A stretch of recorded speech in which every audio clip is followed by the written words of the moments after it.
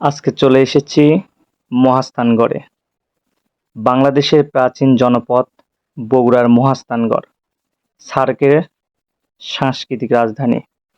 2015 সাল থেকে এটিকে সার্কের সাংস্কৃতিক রাজধানী হিসেবে ঘোষণা করা হয়েছে। তারপরে এখানে বিভিন্ন ধরনের অবকাঠামো তৈরি করা হয়েছে, দেখতে অনেক সুন্দর। মহাস্থানগড় বাংলাদেশের একটি অন্যতম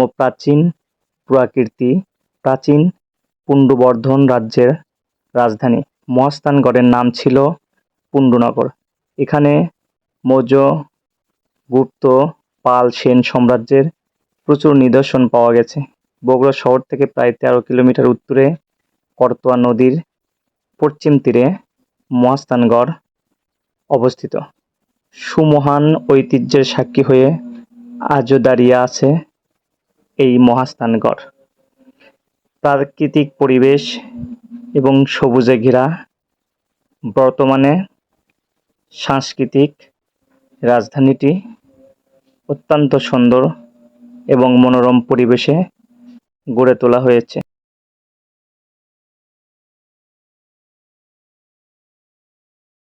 দূর দূরান্ত থেকে পর্যটকগণ এখানে অবসর সময়ে তারা তাদের পরিজন নিয়ে ঘুরতে আসেন।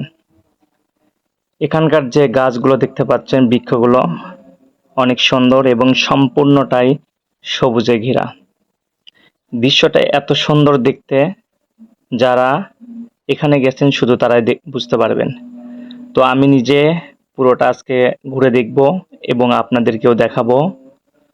এটা হচ্ছে সার্কের সাংস্কৃতিক রাজধানীর যে অবকাঠামো তৈরি করা হয়েছে সেই মাঠ। এই মাঠের পাশে দিয়ে একটি রাস্তা আছে, যেটা দিয়ে মহাস্থানগড়ের বিভিন্ন এলাকায় যাতায়াত করা যায়।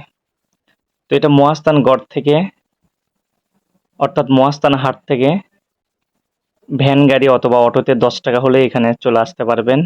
এর পাশে আছে মহাস্থান জাদুঘর এবং পাশে আছে করতোয়া নদী এবং মহাস্থানগড়ের যে সাংস্কৃতিক এলাকাটা যেটুকু ঘোষণা করা হয়েছে, এটা পুরোটাই এখান থেকে দেখতে পাবেন।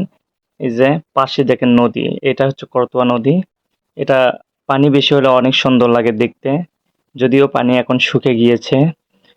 কিছুদিন আগে বেশ পানি ছিল এখানে, তখন অনেক ভালো লেগেছে। আর এটা হচ্ছে মহাস্থানগড়ের চতুর্পাশে যে প্রাচীরটা দেওয়া ছিল, এটাই সেই প্রাচীর। এই প্রাচীরের সাইডে এখন বিভিন্ন ধরনের ফুল গাছ লাগানো হয়েছে সৌন্দর্যের জন্য। যেহেতু এটা সার্কের সাংস্কৃতিক রাজধানী, সেই জন্য এটাকে আরো সুন্দর মনোরম গড়ে তোলার জন্য কর্তৃপক্ষ সর্বোচ্চ চেষ্টা করে যাচ্ছেন পর্যটকদের আকর্ষণ সৃষ্টি করার জন্য। সর্বশেষ ভিডিওটি যদি ভালো লাগে অবশ্যই শেয়ার করবেন এবং অন্যদেরকে দেখার সুযোগ করে দিবেন এবং মহাস্থানগড়ে অবশ্যই ঘুরতে আসবেন।